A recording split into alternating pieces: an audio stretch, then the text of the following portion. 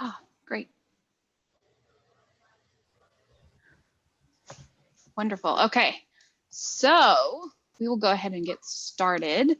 So I'd actually like to go ahead and extend a huge thank you to you, Heather, and Down Syndrome Partnership, North Texas, for inviting us to come and speak. Very honored.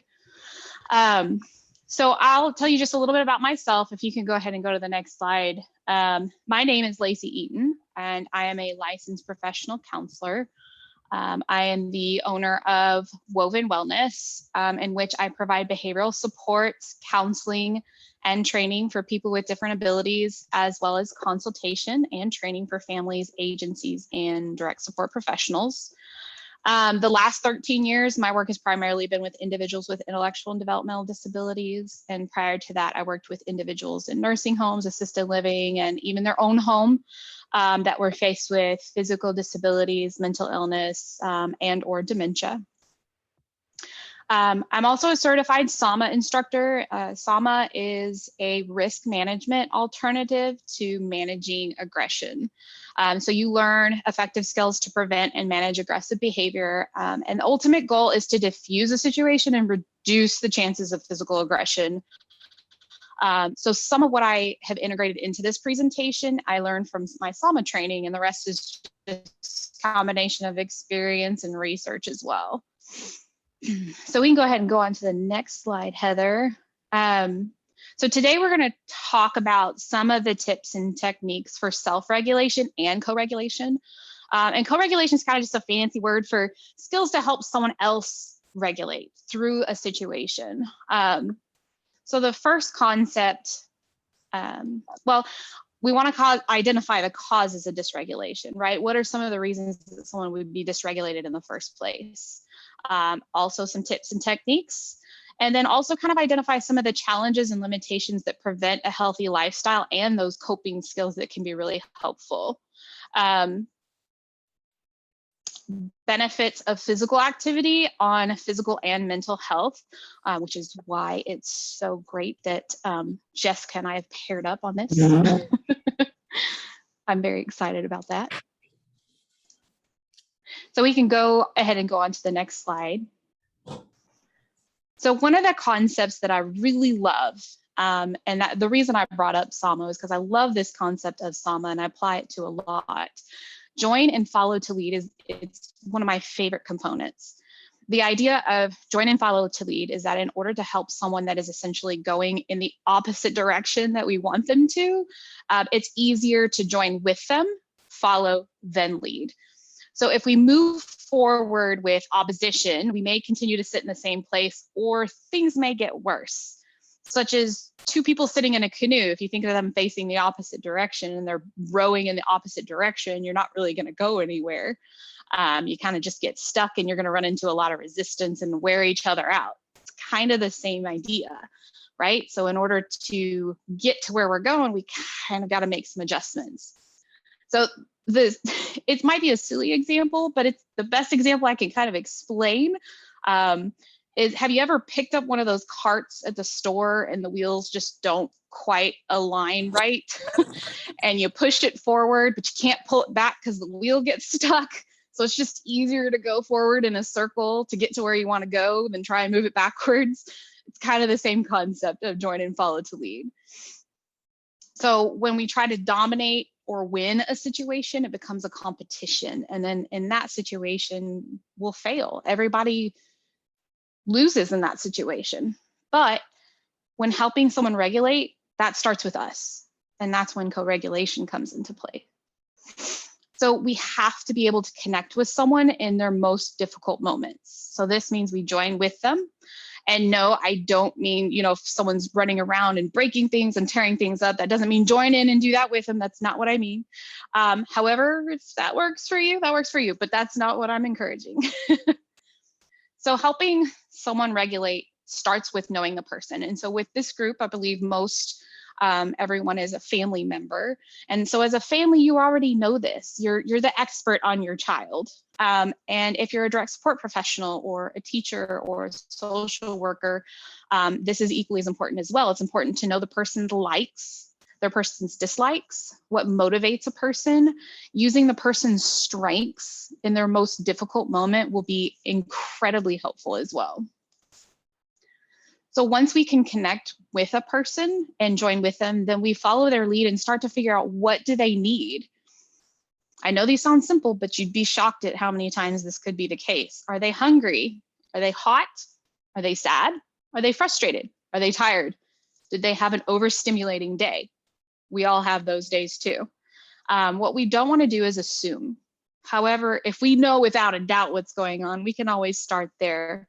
But if there is a doubt, ask the person, what are they feeling? Join and follow to lead means we do not want to work against the person. So we know that friction makes objects harder to move.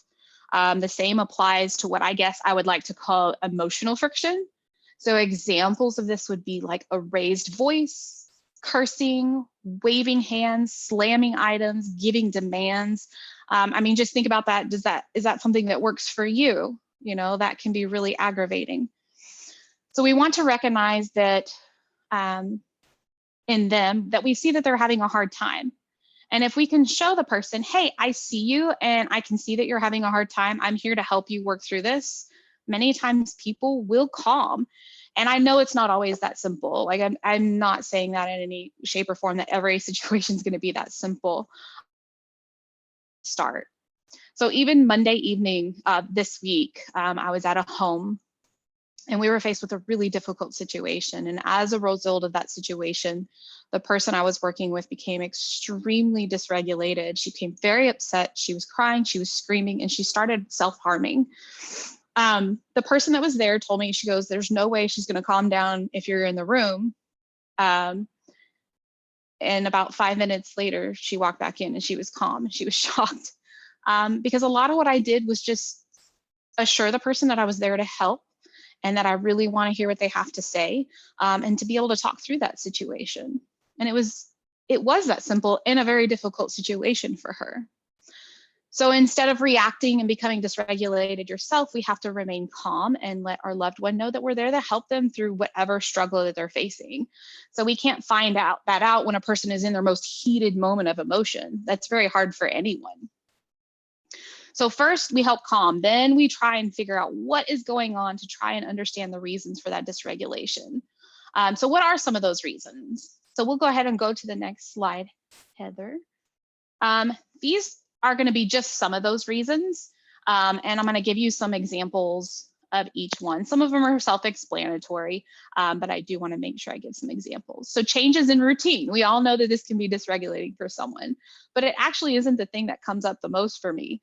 But changes in routine can be leaving for school at a different time, changing the order of your morning routine, or all of our favorites, staying at home and going virtual because of COVID-19. That is a huge change in routine for all of us. So we're all familiar with that one. The environment, right? This can include changes even in lighting, changes in sound, loud sounds, high-pitched ongoing sounds. If there's a new person in the home, a visitor, large number of visitors, whether they're known or not known, that can be overstimulating. A new pet, or even an obvious one such as moving or changing schools. I mean, that's a huge environmental change. The reason this one's important too is we generally know if something is an environmental trigger if a person is having challenges in one environment, but they're not having them in another, right? So we have to assume that there's something about one of those environments that may be a little bit off. It doesn't mean that one environment is bad and one environment is good. It just means that there's something different in that environment that may be agitating to the person. So we have to do some investigating and kind of find out what's going on. Biological factors are extremely important. And this should be the one of the first things that we take a look at when someone's dysregulated, because especially with people who have challenges communicating verbally or with sign language or challenges communicating more complex issues like constipation, this can cause a person to be dysregulated.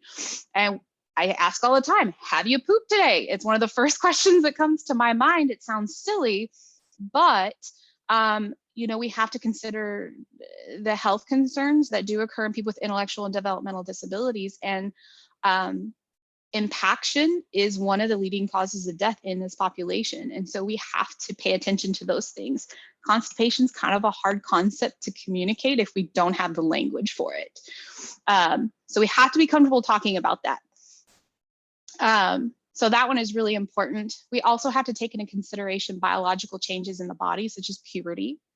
It also includes physical changes, hormonal changes, as well as sexuality. So this is a whole conversation I can have aside from this discussion, but it's important to take it in consideration, especially as a person gets older.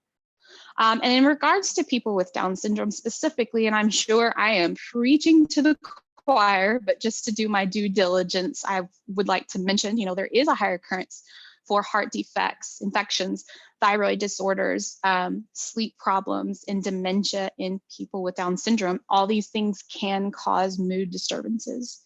So we have to pay attention to that as well. Diet, really important. More and more research is showing the gut-brain connection and how the food that we put in our body can affect our mood. Just something to consider. Psychological factors, right? This references usually typical mental health conditions. Does the person have anxiety, depression, or post-traumatic stress disorder? I mentioned these three things because they are the most commonly diagnosed in the general population, as well as with people with intellectual and developmental disabilities. Relationships. Lack of meaningful relationships has a direct link to the quality of life. So having meaningful unpaid relationships is incredibly important to any human being. So lack of inclusion creates added frustrations for a lot of people. The lack of relationships can be really dysregulating for a person. But it can also be really dysregulating right when we lose a meaningful relationship as well, just like it does for you and I, whether it's a friend or a partner that go their separate ways, or whether it's a loss, such as death of a loved one. Trauma is a significant factor, and the people that I work with generally, a majority of them have encountered some form of trauma or significant or ongoing trauma or chronic stress. So we have to keep in mind that this can be big things and it can be little things, obvious things, not so obvious things. Things such as bullying, being left out or rejected, lack of inclusion, even stressors at home. If someone in a home has a physical or a mental illness, or maybe there could be some fighting in the home. We've had some situations that I've worked with and their parents were going through a divorce and it was really difficult for them and stressful. Receiving a significant health diagnosis such as cancer can be really dysregulating, whether it's for the person or a family member. Chronic stress has a lot of the same effect on our bodies as trauma as well. So we got to take that into consideration. So sometimes you see this also when something comes out of nowhere, where we hear, right? Like, oh, it just came out of nowhere. I don't know what happened. Usually that's something going on inside that we can't see, but that behavior is a physical manifestation of what's going on inside. Lack of coping skills. This is something this is the top of my list and what I work on a lot in my practice. It tends to be the primary focus. So self-regulation is what we're going to talk about here in just a minute. And boredom, right? With this pandemic, I'm seeing a lot of this, like, how are you doing today? He's like, I'm bored. Like, I get it, right? We all get it. And the best part is because we all get it, that makes us the best person to help, right? Empathy is so key. And it's such a great skill to have. And the entire world is experiencing this pandemic. So we're in the same storm. We may be in different boats, but we're in the same storm. So at least we have some general understanding of that frustration. So we can go ahead and go on to the next slide. So we can't teach coping skills when someone's in a stressful situation. That's just not the best way. We have to prepare ahead of time. And typically I go in more in depth in my practice and teach self-awareness and to learn how our bodies respond in certain situations to certain emotions and how we can address those. So these are just a few activities that can be taught on a regular basis to help with learning those self-regulating skills. And this can be a fun way to do it too in some of these. So becoming aware of our breath is really important. Are we breathing shallow? Are we breathing quickly? Are we holding our breath? This could be a sign that we're anxious or we're frustrated or something's going on, and we need to find ways to kind of slow that breath down because that'll help calm us. So normally when I do this presentation, it's a little bit more hands-on, but now that we're virtual, just kind of make me do all the silly stuff and you watch. So one of the things that I always suggest to just kind of play around with is a balloon, right? So in order to blow up a balloon, we have to take a good deep breath in and blow out in order to blow it up. So this is something that you can always just kind of have fun with and play around with. And that way, when we start to learn that skill with the balloon, then that's a skill that we can use when someone's becoming a little bit frustrated. And I'll give an example of that in a little bit too. Another one is bubbles. You know, I don't know if you can see them, but they're there. I keep a lot of these in my car. Pinwheels. This is also something that can take your focus off of everything that's going on, and you can see the colors and the spinning, but you also have to breathe in order to make it move. So these are just a few little things that can help with that breath, that can also be a fun reminder if someone's feeling a little bit stressed, like, hey, let's go blow up some balloons or something. I also get people to help or pretend like they're blowing out candles on a cake. That's something that's also worked with some folks as well. Having a safe, calm place is key, right? So if there's an area in your home that you can make a little bit of a safe haven for your family member to go relax and cool off. This is when they're feeling stressed or overwhelmed.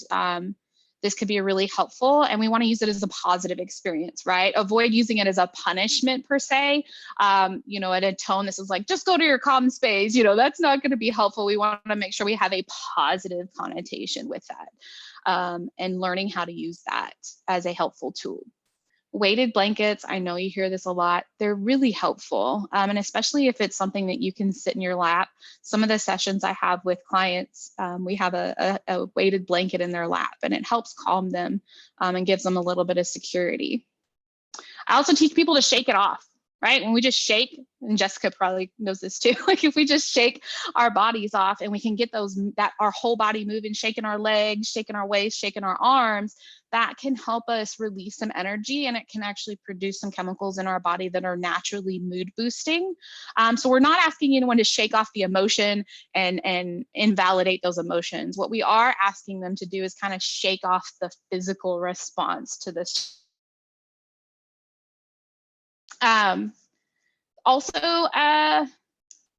Just a physical activity, and we'll talk a little bit more about that. But in this situation, if your family member likes going for walks, and that's a good way for y'all to talk and just go for a walk, or even just go for a walk and not talk. If you feel that's a safe option, that's something that you can definitely do as well. And interest in hobbies. You know, using the things that the person is interested in, right? If your family member is interested in art, sitting down and doing art together, even if you don't talk, that's something that you can do together that's bonding, that allows you to align with that person. And then maybe that conversation can start to come up, and you can talk about their day or talk about whatever might be bothering them. So we can go ahead and go on to the next slide. So one of the things that we do have to remember is if we're going to help someone regulate, we have to be able to take care of ourselves. And so when we take care of ourselves, we're better able to self-regulate and be more effective. When we become dysregulated, I've mentioned this before, when we become dysregulated, it's going to create a whole lot more friction. And when both people are escalating, right, everyone just gets a little bit worse. And we just keep climbing this ladder of like, who's going to be the most frustrated here? We're just going to keep going. And it doesn't solve a whole lot of problems. But we may be in situations where we snap too, right? And that's okay. We're human. And the best thing to do in that situation, whether it's a family member or you're a teacher or a social worker or whoever that is, and you may get a little frustrated or agitated, the best thing that you can do is say, you know what? I didn't mean to snap at you, or I didn't mean to say that. I apologize. And this goes really far. This goes really far with people, and it demonstrates to them that you can have a tough time too, and that by doing this, you're essentially modeling for them that I can get frustrated, but I also can calm myself down too. So you're modeling for them how that can look. So there's a lot of positives to that. I will also say that nobody picks up on our nonverbal cues more than our children. And even as adults, people in general can sense tension, anxiety, discomfort. So we got to use those techniques to keep ourselves calm as well. So I really recommend for caregivers, family members, teachers, staff, that you also work on meditation, mantras, deep breathing, calling a family or friend, exercise as well. And if you don't have time for some of those, you know, one of the things we've talked about in one of our previous presentations is like a little bathroom meditation. If that's the time that you have to yourself, take it. Take that opportunity to say, everything's going to be okay. I'm doing the best that I can. Take some deep breaths and get back out there, because you've got to talk to yourself in a positive way too, to help keep you calm as well in a stressful situation. Calm tones are essential. We know this. When we use a calm tone, it helps bring the other person down. Take the person seriously. There's nothing worse than laughing at a person because you think maybe they're being too dramatic, or maybe that's your coping skill is laughing. But at the end of the day, this can actually make the situation worse. Creating a safe space, right? This is not just physically, this is emotionally as well. But at first, I do like to take the CPR approach. If anyone's ever gone through CPR certification, one of the first things they teach you is check the scene. Is the scene safe? All right, the scene's safe, we can approach, right? It's almost the same thing in a situation like this. If there's a need, if the situation is severe enough, right? We want to relocate others in the area, do so calmly, just to make sure that everyone stays safe. And if you can, try to get the person in a seated position, both of you, right? We want to make sure that we don't stand over somebody. This can really create a lot more problems. Physical space is incredibly important when someone is dysregulated. Holding space is really important. And I like this one, just even as a therapist, this is what we do, right? But we all do it. It's about being present and walking alongside the person, listening without judgment. Just as we have like a trusted friend or a family member that we can go to at the end of the day and just unload if we need to, that's holding space. A really important key when someone is dysregulated is not to use punishment or consequences in the moment of dysregulation. I'm not saying no punishment or consequences as a child. I'm not saying that. What I'm saying is in the moment of dysregulation, it's not helpful. So when I say this, we think about, if the person's if the person feels like they have nothing left to lose, then they have nothing left to lose. Right? So if you're like, you're losing this and you're losing that and you're losing this, what's the reason for staying calm, right? So if we've taken everything away, what gives me the motivation? So first we calm, then we talk about these things, right? So we come back afterwards and say, hey, I know that you were really frustrated, but when you get upset, do you think that we could do this instead, right? Come to me and tell me that you're upset and frustrated. Talk through that afterwards. Validation is extremely important. To validate a person's feelings, you kind of heard me say that already, but it just lets the person know that they feel heard, right? And that pairs really well with listening and reflecting, or reflective listening too, and listening to understand. So for those that don't know what reflective listening is, it's basically saying back to the person what they shared with you. Again, it shows that you're listening. But once the person is calm, you're able to talk through what was concerning them in the first place. So it helps, it's helpful, right? So I worked with a client one day. I do like to share this story because I was able to use some of these basic skills. He became enraged with a client.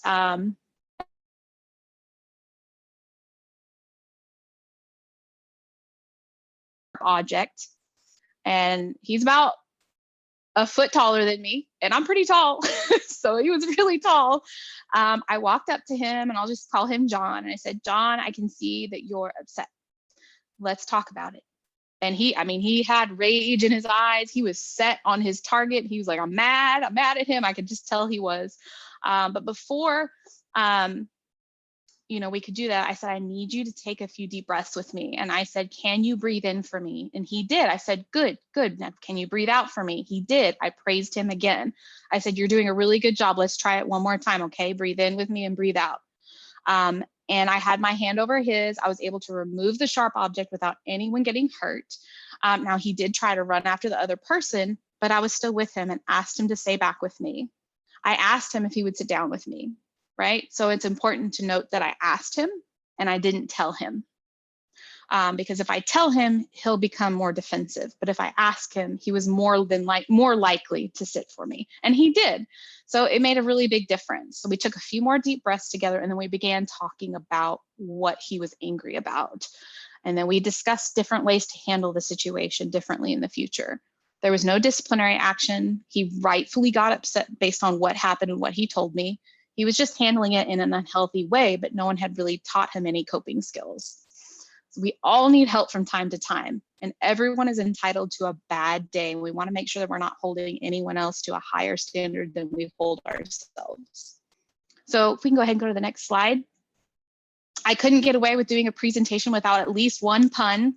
So at the end of the day, just be yourself, just be yourself. You don't have to remember all the tools and trinkets, just be yourself. Go ahead and go to the next slide.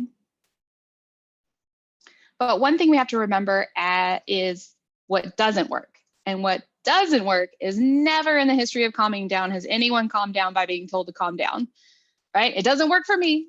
So I don't know if it works for you, but when we tell someone to calm down, it automatically puts them on a defense, right? And that's the wrong direction that we want to go in. It also completely dismisses the person and their feelings in that moment. So we're not validating them. We're just telling them what to do. So telling a person to calm down, criticizing, punishing, yelling, all these things, they won't be productive in the moment. Let me go ahead and go on to the next slide, Heather. The biggest thing that we have to remember is that one size does not fit all. And I put this in here too, because just in case there's more than just family members, what works for one person may not work for another person. But it's also important to remember for one person, what works one day may not work the next day either. But that's why it's a partnership, right? We lend our help and our regulation so that we can help them find theirs. After all, we're trying to teach. We're trying to teach skills. And the more tools that you have in your toolbox, the better. So we'll go ahead and go on to the next slide.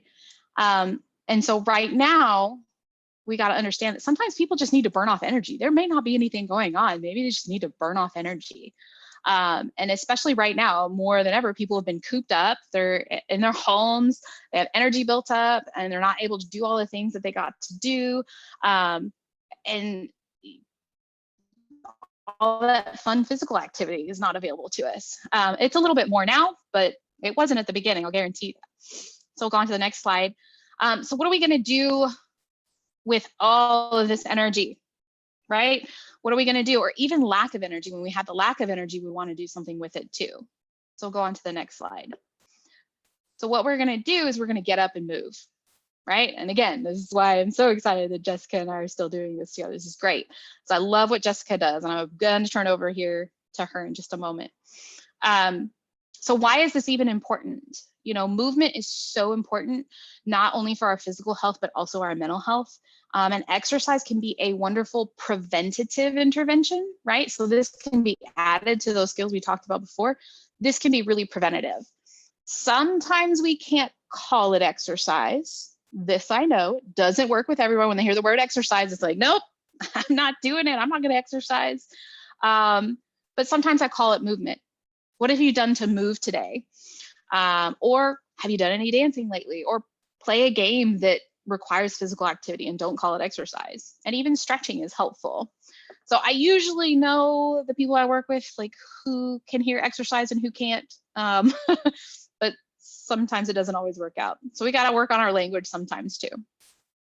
So if you can go on to the next slide, just a bit of information on the health disparities for people with disabilities. Now this chart actually is inclusive of all disabilities, so physical disabilities and intellectual and developmental disabilities. the health disparities are really high. And the numbers are actually higher in people with intellectual and developmental disabilities. And the reason that these numbers are so high, especially with these health and health risk behaviors, is transportation, lack of transportation, access to facilities, accessible facilities with accessible equipment, lack of needed community support, isolation, and now COVID-19. You know, people with intellectual and developmental disabilities experience poorer health outcomes. They're more likely to live with complex health conditions, limited access to quality health care and health promotion programs. They miss cancer screenings, poorly managed chronic conditions, obesity, undetected poor vision, mental health problems, and lots of psychotropic medications. So exercise has numerous benefits. So now we have, we talked about biological factors can create more moments of dysregulation. So this is why the movement piece is so important. And Jessica's definitely going to go into this and you are going to love it. So if I can go to the next slide. Benefits of movement and exercise, right? So exercise gives you endorphins. Endorphins make you happy. Name that movie. No, I'm just kidding. But it really does. It's really true. And it really does improve our mood naturally. It also helps us feel strong. Age, our balance is extremely important. Mood increases our mood. Better sleep. It's incredibly important for our bodies to heal and recover during the day. And when we don't sleep, we're not always in the best mood. It reduces stress. Again, it makes more happy hormones, and it does help with depression and anxiety. So it's really important. So if we can go to the next slide. This is just some of my contact information. And yes, Heather, I will definitely get you the PowerPoint presentation, so you'll have that information as well. But I will go ahead and hand it over to Jessica so she can talk about the wonderful programming that she has. And I really encourage you, if you aren't already aware, reach out to her. She's awesome. Thank you. All right, let's see if I can.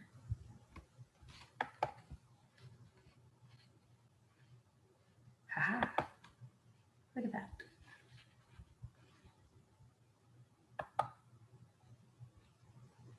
Okay.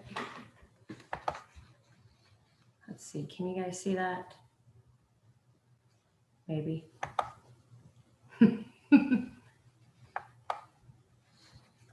So from the beginning. All right, so maybe. There it goes. All right.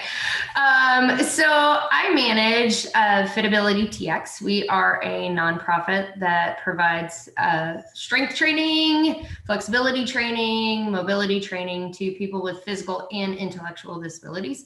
So my presentation is about disabilities and physical fitness. So like I said, my name is Jessica Reams. I actually have a bachelor's degree in science and kinesiology. I need to edit that. I now have 20 years as a certified personal trainer and group fitness instructor. I have 9 years as an adaptive physical education teacher in Fort Worth ISD. And then I decided to open FitAbillity TX. I noticed that at the end of 21-22, at the end of the school year, adults with physical and intellectual disabilities didn't necessarily have access to physical fitness. Also, the physical fitness world seemed to be getting more high intense, more CrossFit, more high intensity interval training classes, more things that kind of left people like myself, I actually have fibromyalgia, kind of out of being able to get these physical fitness benefits. And so I opened FitAbillity TX. So the amount of people with disabilities in the United States, you can kind of look at those numbers right there. There's a possible amount of people of 40 million plus people in the age group 18 to over 75. In the age group that we predominantly work with, which is about 35 to 74, you have about 23 million people in the total United States. Let's see. So when we're talking about just Tarrant and Johnson County, we have with individuals with disabilities in Johnson County, where I live, we have almost 18,000 people. In Tarrant County, we have 215,000 people. So there's almost 230,000 plus people in Johnson and Tarrant County with disabilities. So 1 in 4 Americans have a disability, whether it be intellectual or physical. Adults with disabilities are more likely to be obese, they're more likely to smoke, and they're more likely to not participate in any kind of regular physical activity. They don't necessarily have access to that regular physical activity. They're around more people who are obese. They're also around more people who tend to smoke. All of these preventable factors can lead to heart disease, high blood pressure, stroke, diabetes. Again, all of these are preventable. However, having a disability does not mean that you will automatically be obese, that you will smoke, that you will not participate, that you will have diabetes, that you will have a heart condition or anything like that. So we were talking about self-regulation, and I just recently added this into it. So we already know that exercise creates endorphins. We just have been told that many, many, many times. It also helps release dopamine, norepinephrine, and serotonin. All 3 of these are these happy, like good feeling things going on in your brain. So serotonin is created through your parasympathetic nervous system, which is your rest and digest. So this is when you're sitting on the couch and you're calm and you're just watching TV. If you tend to take like a yoga class, and it's one of those calm yoga classes, not Pyo, which is very high intensity type exercise. The sympathetic nervous system is your fight or your flight. That is when you're getting into an argument, that wall that you put up, that you're kind of like, go away. So serotonin is created through our parasympathetic nervous system, which again is our rest and digest system. The opposite of that is the sympathetic, which is our fight and our flight, which causes us to deregulate, which causes us to be angry, which causes us to kind of shut off. What we are starting to notice now is that people who participate in regular physical activity have about 32 to 51% lower odds of having poor self-regulation. So getting into that instance of being angry, being mad, and not knowing how to take yourself out of that. And what they're starting to notice is that as little as 2 times per week can increase being able to handle what goes on in your everyday life. Did not mean to do that. Wrong button. So physical activity guidelines for adults is 150 minutes to 300 minutes per week of moderate intensity. So this is when you are exercising, you're a little out of breath, you can still talk, but you have a little like trouble breathing. You cannot read an entire novel. You can either do moderate intensity activity or get 75 to 150 minutes of vigorous intensity activity, which I correlate with, say, climbing up the stair climber, getting on the treadmill and running. So you're not necessarily able to carry on a conversation. These would be more like short bursts of like yes or no, single words, maybe a couple words, or any combination between moderate intensity and high intensity, or having one or the other, or having both of them. I kind of just said the same thing over again. We also wanted to include almost all muscle groups. So the group that you're seeing right now is my group that I go out to. It's called Community Opportunity Inc. They provide day hab and group home services to adults with intellectual disabilities. This was done in, I think it was January or February. And now, of course, because of COVID, they're all stuck in their group homes right now, or at home with their families. And so they're not all participating in this. And later on in the slide, you'll actually see what they're doing now. So along with cardiovascular activity, you should also be able to get muscle strengthening activities on 2 or more days a week. This is just, you know, going out and doing some squats, doing some lunges. If you have some weights at home, doing that. So it doesn't matter. You don't have to go to a gym and do specific exercises. You can just, you know, walk around and do some squats while you brush your teeth, you know, do calf raises, simple, easy things. So what we do at FitAbillity TX is we provide our large group, excuse me, yes?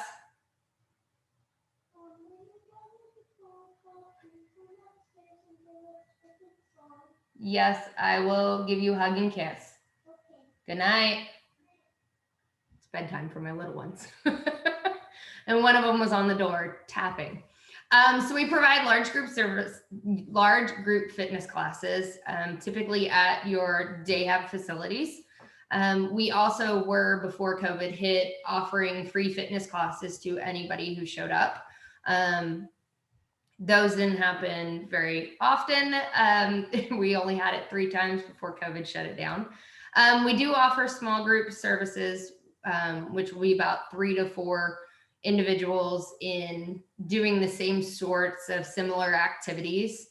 But again, that's kind of ended that. Or we do individual one-on-one personal training. So this is Community Opportunity Inc. Up above at the very top right here is the large group at the day hab. There's about 100, 150 guys there that do some sort of exercise. They don't all do what I ask them to do. Some of them just kind of like walk around the facility and, you know, get their own exercise. Below, and of course it didn't start. Yeah, you don't need to hear that. Below is kind of what they're doing now. So this is their Zoom meetings. So every Monday I would go out there. Now every Monday I do it on Zoom, and you can see the difference in the number of people that are there. So in that top is, you know, 100, 150 people. In below, it's anywhere from about 9 to 10. And it really depends on what caregiver is working that group home at what time, and whether or not they want to actually log in.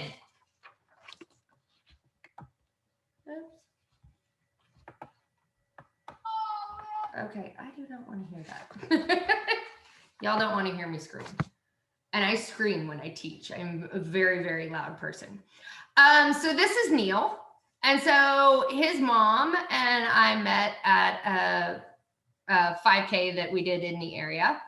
And originally she just wanted him to be able to get out and do something fun but beneficial. And so she would bring him up to the Burleson Recreation Center, which is where we used to house FitAbillity TX. And we would just work on basic skills. So you kind of see where he started. And then of course you'll see the second video of where he is after working with him on basic skills. So to be able to do lunges correctly, we worked on things like leg extensions. We worked on strengthening the quads, which are those front muscles, doing squats here. And then he was able to do walking lunges. They're not perfect, but he actually kind of likes them. So. And then this is Billy. this is my very, very first client ever. She is more of the typical client that I end up dealing with, where there's not a whole lot of movement. They don't really want to move a whole lot. But through working with her and finding out what she likes, we have been able to build her strength. Her main goal was weight loss. We are working more on her diet.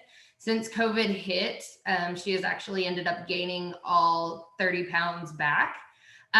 She has recently gotten a bicycle, or I should say a tricycle. And so I go over to her house once a week and we go out riding our bikes for 30 minutes and we get about 5 miles in. We're now trying to get up to 6 miles. So we're slowly getting there. And then this is Robin. You guys can hear me. Let's see. There, haha. All right, so you can kind of see where Robin was before COVID hit. And so we have our use of many different avenues to hit the muscle groups that we want to do. Her biggest thing was stamina. So when she first started, she was only able to do about 10 minutes. Then she actually, she had some like health scares and ended up in the hospital. And then after she came out of the hospital, there we go. After she came out of the hospital, you'll see in the second video, this was actually 3 weeks ago. So she can actually last longer now. We try to go up and down her driveway several times. She enjoys and she loves it, and she works a lot harder now because she's not having to do as much during the day. So her stamina as far as our activities go lasts a lot longer now.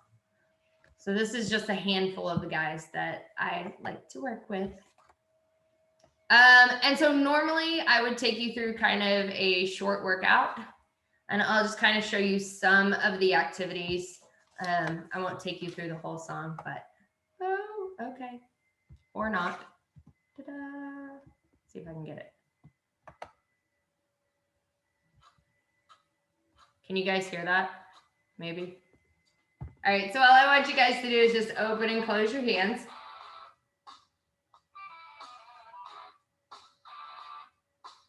So nice big hands, open them as big as you can. Oh yeah, you can. This is the fun part. This is what I like to do. So I want you to take each and every finger and touch it. So as we age, just in general, a lot of people suffer from arthritis, suffer from just like their joints and everything hurting, right? And so being able to open and separate those fingers completely is a good thing. And then rolling those wrists around. Can you take it the other way?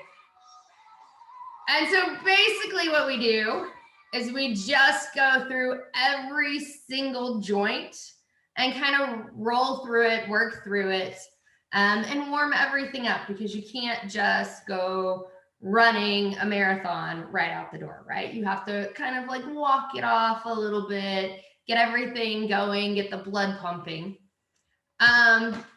So one of the biggest things that I want all of y'all to remember is that it does not matter how that exercise comes from. I know a lot of you guys are dealing with younger children. Take them to the playground, you know. There's a lot of great videos online on YouTube. Find one of them. My kids absolutely love Cosmic Kids Yoga. It tells stories. And when I was teaching adaptive physical education, I would bring that in with me. I'd bring my iPad in, we'd play those videos for their yoga section. So it tells stories. One of the biggest stories that my kids really like is the Trolls. And so the lady tells the story of the Trolls movie, the very first one, and does yoga moves to it. And it's fun. The kids like it and they stay interested in it, as opposed to them having to do up dog and down dog and warrior one. Like, my kids don't really like that. But tell a story about where they're going to Elsa's castle. Now all of a sudden we're in warrior one and we're blowing, snowflakes. They love it. So if you have some older kids, teenagers, college students, adults with disabilities, take them out, take them on a brisk walk, take them a walk around the block. We went on, especially during COVID, we went on a lot of treasure hunts, and so I would allow my kids to have their tablets, and I'd have a list of things that they were looking for, like a door with a wreath on it. So we went around the neighborhood and they were taking pictures and they thought it was the coolest thing ever, but I need to get out of the house. Go bike riding. That's, like I told you, I go over to Billy's house and we ride a bike for 30 minutes. If you have cardio equipment at home, allow your older kids. I wouldn't necessarily put my 5-year-old on my treadmill. She might hurt herself. But if you've got older kids, 10 years old, 12 years old, that you think are capable of handling being on a treadmill, being on your bike at home, lifting weights and doing things that you believe are safe, by all means, let them have at it. Do a fitness class via, YouTube. There's tons of them out right now. Most of your gyms have fitness classes. Find something that they would think is fun. Most of my guys love Zumba. They love yoga, and they just love moving, and making the movements super easy in our FitAbillity classes helps them participate. So we repeat the same movements over and over again for the verse and the chorus. A lot of times we'll build onto the movement. So I'll start with something that's just like, we reach up and we reach down, and we reach up and we reach down. So the next time we go and we reach up, we're now standing up, and then we're reaching down and we're sitting down. And so a lot of times I'll build onto those movements so they don't feel like they're doing the same thing, but they're doing the same thing. Get at least 2 days a week of muscle strengthening. Again, it doesn't matter what that looks like. You can lift weights, you can do body weight exercise.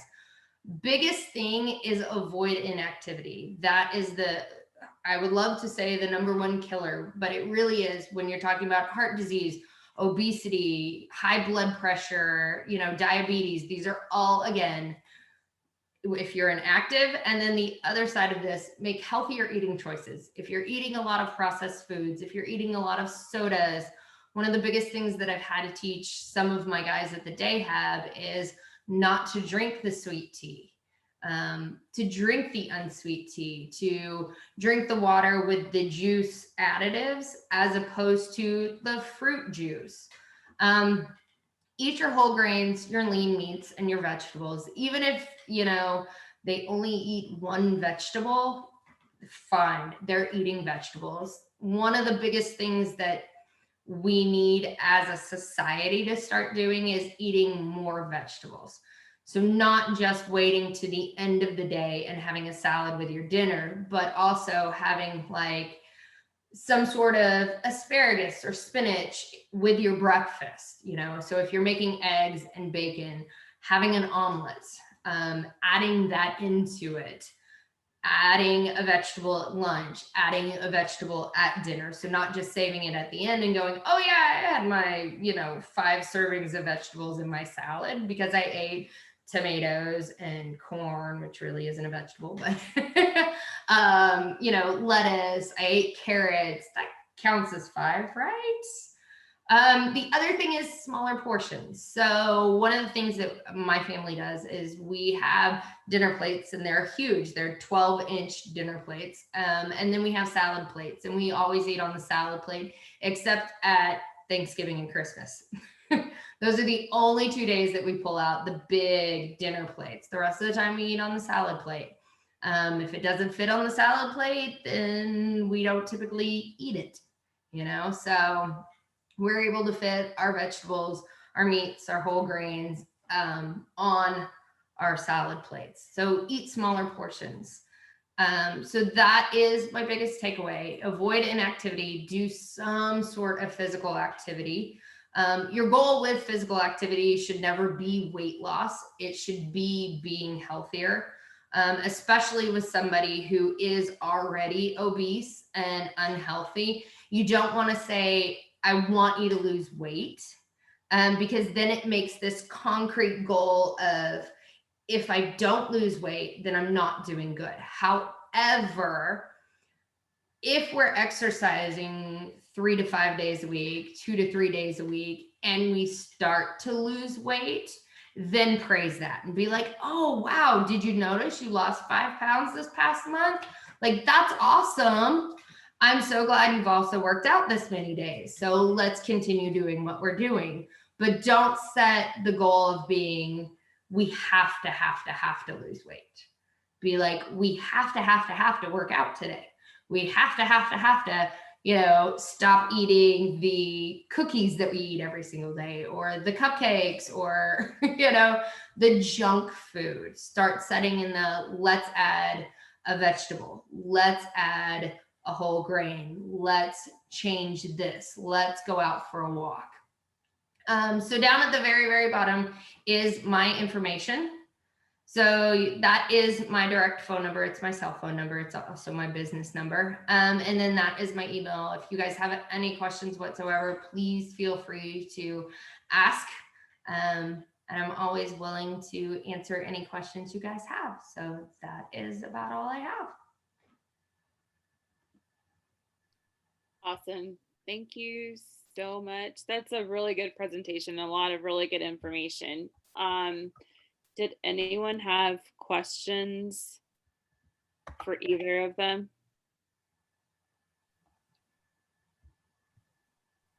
Silence.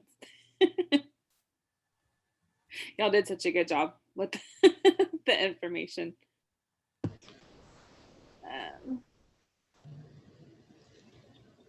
All right, then. Okay, well, thank you guys for logging on, and thank you, Lacey and Jessica, for presenting.